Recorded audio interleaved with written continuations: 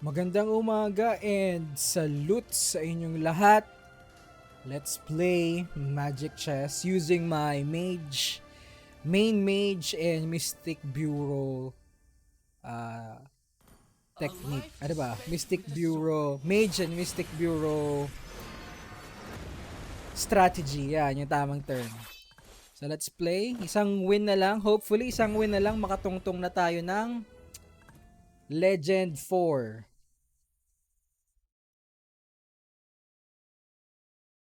Magla-Legend 4 na tayo. Ano yun? Ano yung may nag-recording ba ako? Hindi.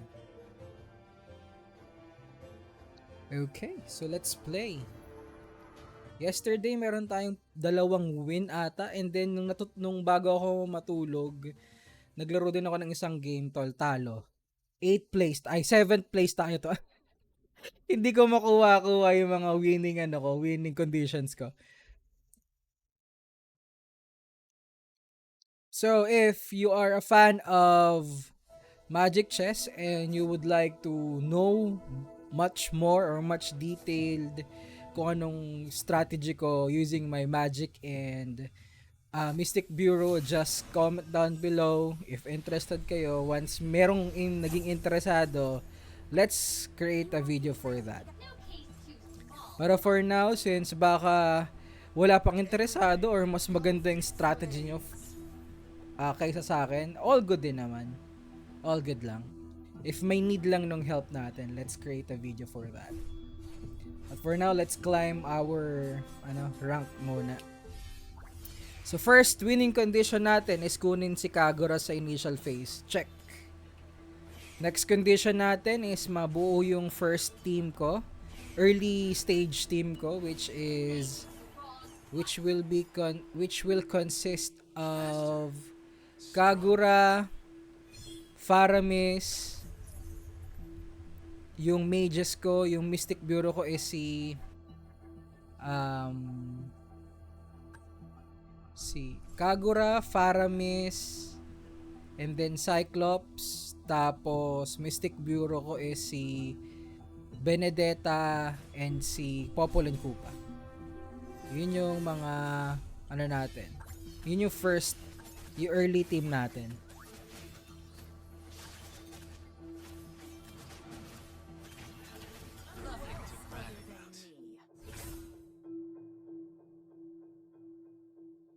Magandang puliduhin ko yung checklist natin, no? Ay, saan na? Nakuha yung video ko.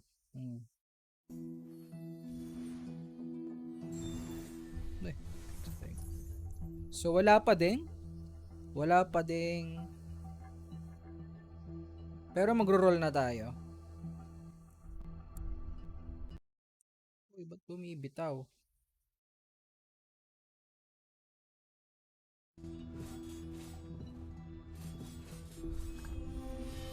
So, magro-roll tayo. Since need natin ng Mystic Bureau, kunin mo natin si Leslie. Pero I prefer Popol and Koopa instead of Leslie. Mukhang need na hindi pa sa bubong ko. Ay! Bumibitaw yung Elgato. Why? Okay, meron na tayong Faramis. So, ang hinihintay ko na lang is Cyclops and yung tank natin, which is Benedetta, na lang hinihintay natin.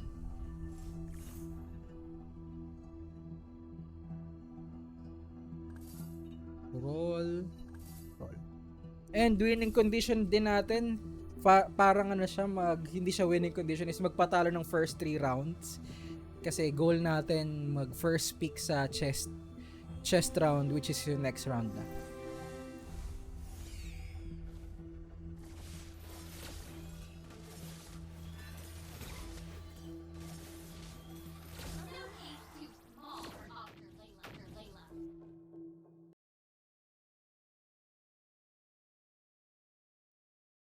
Very sensitive ng Elgato sa movement.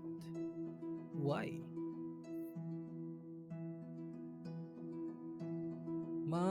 Topic ko lang yung wire niya. Paano yung mga nag-ML stream? Bakit di naman sila paputol-putol? Mas malikot pa nga yun kaysa sa akin. Nakapatong lang iPad ko. Ayan, so scanning. This is the best item for us. Wala tayong nakuhang lifesteal or yung winter truncheon. Yun yung pina-target natin. Yung concentrated something, winter truncheon, or yung mage emblem. Yun yung prio 3 natin. Okay. So now we will start to fight na. So 1, 2, 3, 4. Okay. Labas natin yung tank natin which is si Esmeralda. Okay, hindi natin nakuha. Isa na lang ang kulang natin for our early team which is yung si ano na lang kulang, si Benedetta, yung tank natin. Di pa natin siya nakukuha.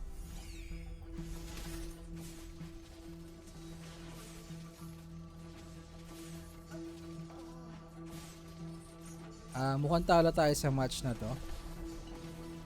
Pero okay lang naman.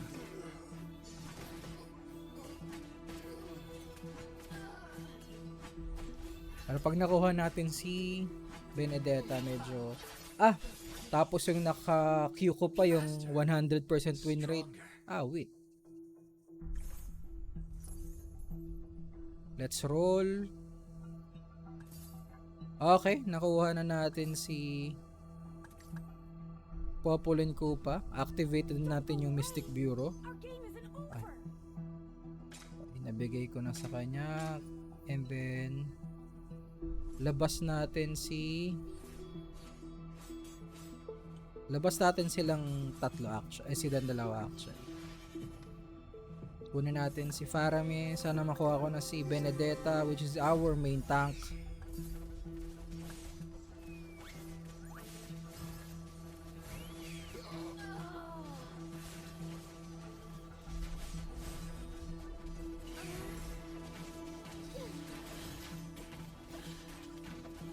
So mukhang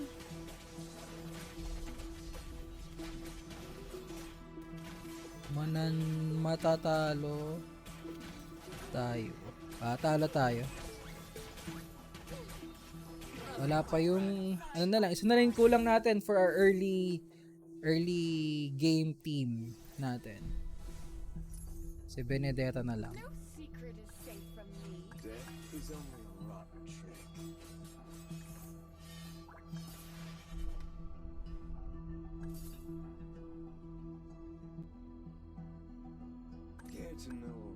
Hopefully may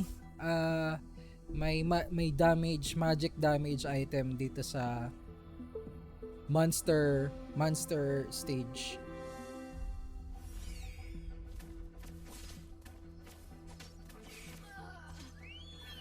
Nice. Meron tayong glowing wand, so ibibigay natin yan kay Kagura. Yung heal is ibibigay muna natin kay Faramir since wala pa tayo. Ay, naku po, hindi ko na-click si Populin Koopa. Slow hands. Kalimutan ko may naka-queue pala akong kunin dun. Ups, nakuha na natin si Faramir. Balik natin si Populin Koopa sa loob. Labas natin si Leslie. Labas natin si Faramir. Tuloy si Benedetta. So, bigyan natin kay Benedetta yung heal. And then roll tayo. Ang next goal natin is mapa 2-star muna silang lahat.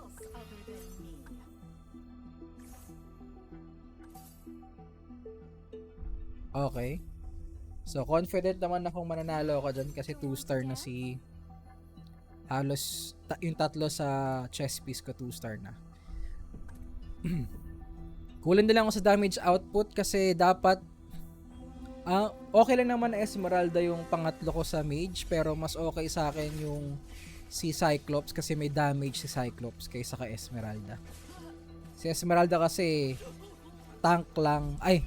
Mas mahaba pala yung tank potential ni Ay, ano ba yung sinasabi ko? Nalito na ako. Mas gusto ko pala sa third mage ko is si Cyclops kaysa kay Esmeralda based sa damage output niya. Kasi tank si Esmeralda eh. Hindi ko na naintindihan yung sinabi ko. I'm very sorry. Ayan, nakakuha na tayo ng Cyclops pero 1 star pa rin siya. Kung 2 star yan siya, ipapalit ko dyan kay Esmeralda pero 1 star pa siya. Eto kasi, yung skill niya, yung may bilog-bilog tapos pagkalabas nila sa ibon, ready na yun to dish out yung damage kaya mas okay siya kaysa kay Esmeralda. Sa Esmeralda kasi paglabas, tatangke lang ng tatangke. So, no need naman tumangke. Ano naman tayo? Burst naman tayo pag na-pop na yung ibon.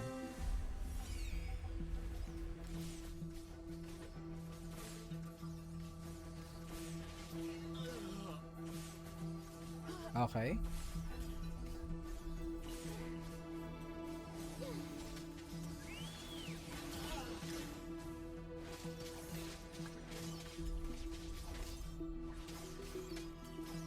Maganda siguro yung madaming no? Pag madami ka nakuhang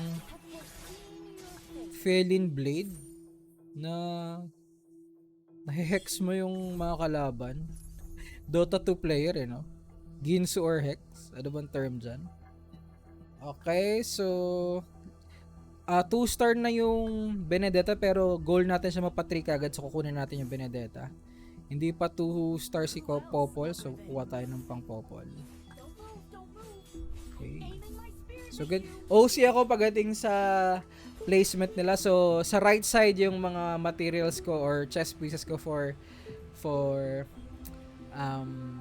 Mystic Bureau, sa kabilang side naman yung for mage. OC yarn.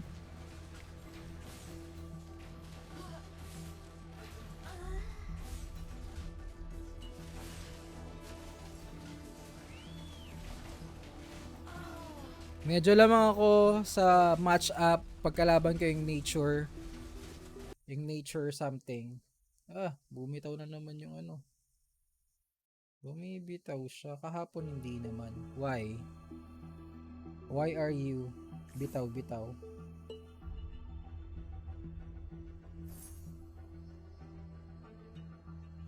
Okay.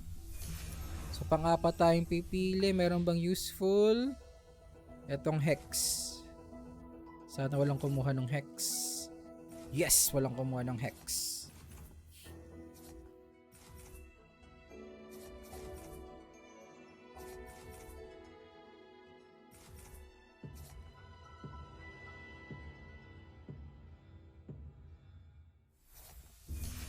Okay.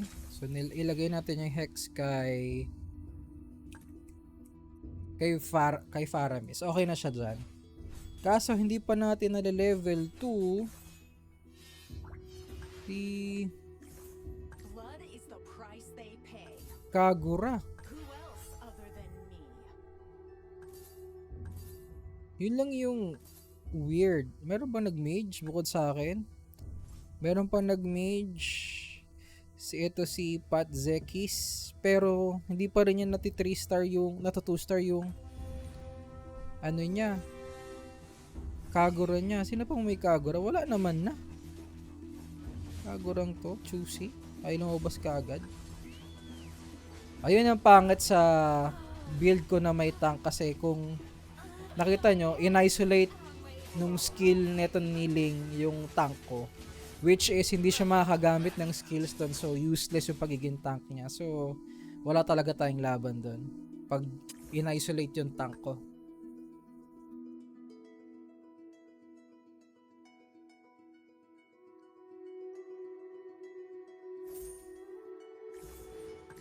Okay, isa na lang. Mabubuo na natin ang 3 star Faramis.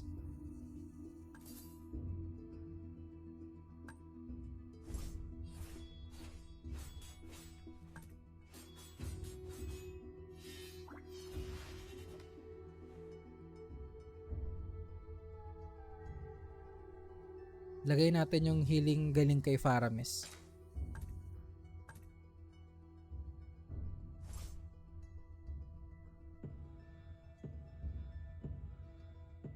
Oh, nako po, yung 100 pa yung nakalaban natin. Sana hindi niya ubusin yung points ko.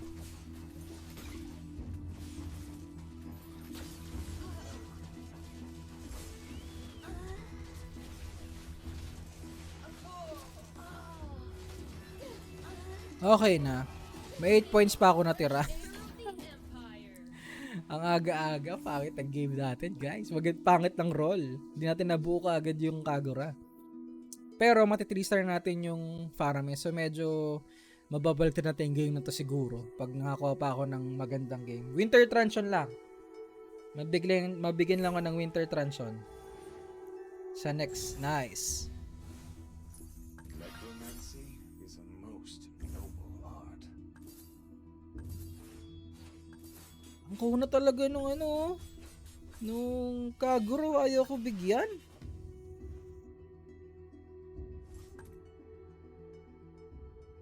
Oh, 1 star din to si Patzekis. Patzekis. Wala namang ibang may Kagura. Maintindihan ko na hindi ako makabuo ng Kagura kapag 2 to 3 kami yung nagbubuo ng mage. Pero dalawa lang kami, yung isa hindi pa rin buo yung Kagura na. Weird.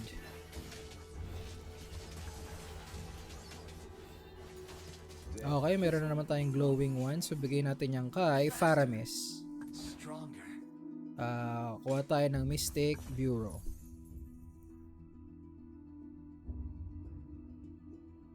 Bigay natin kay Benedetta, tapos kuha natin yung isa pang Benedetta, gawin natin silang full tank, mag full tank po na tayo. And then actually Time to beat them up, Koopa. No questions asked. actually pwede na tayong mag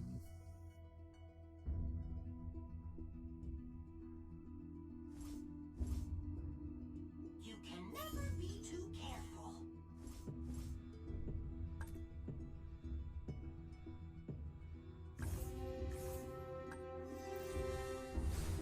Okay. Medyo na 6 star na natin yung ay 3 star natin yung Faramis. Hopefully. Nice. Deleted. Kita nyo yan?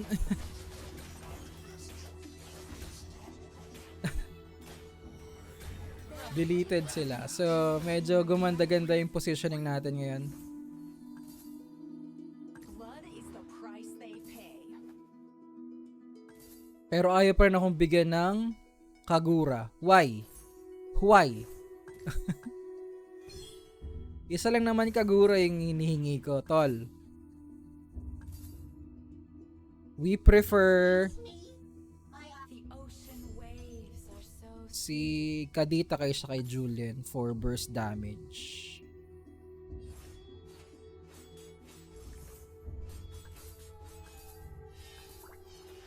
Who else other than you? Na 3 star ko na 2 star ko na halos lahat. Wala pa rin yung Kagura ko. Sino? Neko T. 67 siya. Siya yung may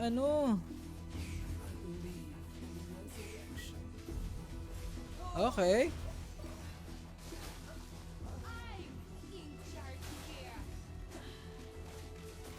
Okay, natalo natin yung isa sa yung undefeated, guys. Natalo natin si Nico T. Monsters living in my umbrella. And I think makakapasok tayo sa top 4. It's okay. Isang match pa.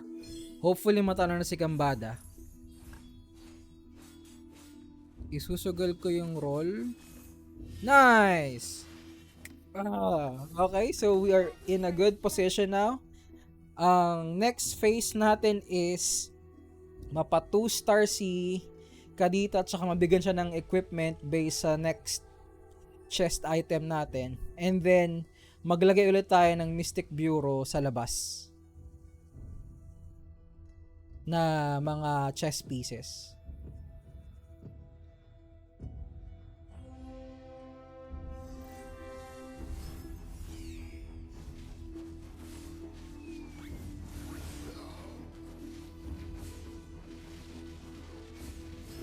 Nice. Kita nyo kung gaano man-delete yung ano natin.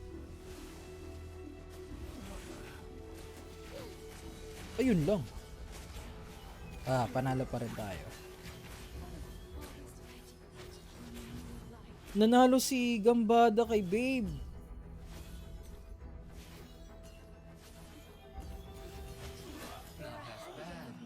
Okay, pangalawa akong pipili after Gambada. So, pwede tayo makakuha ng additional slot.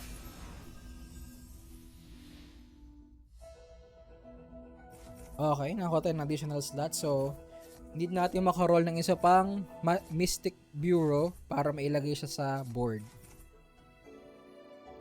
Reason why mas madaming Mystic Bureau sa labas is para mas madaming illusion ni Kagura ang mag-dish out kapag nawala sila. Sige, kunin mo natin si Kagura. Itatry ko tong gawin. Ipapasok ko si... Ayan, ganyan ang gagawin natin. There are hundreds of monsters living in my umbrella. Pinasok ko si Esmeralda. Hopefully, hindi ako magsisi.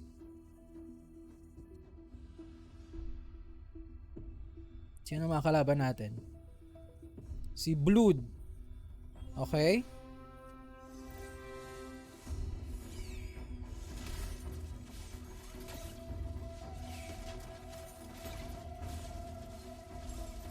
Naku, may link siya. Naku po. Nice. Natalo tayo. Pero fourth place ata. Fourth place mo ako. Hala? Nice. Fourth place. So, hindi tayo nabawasan ng points. At nadagdagan pa tayo ng 6. So, medyo pangit ang roll natin doon sa game na yon. Pero okay lang naman. At least hindi tayo natalo.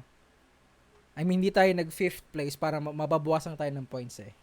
So, thank you so much for watching and see you on my next game. Salute sa inyong lahat. Saan ba?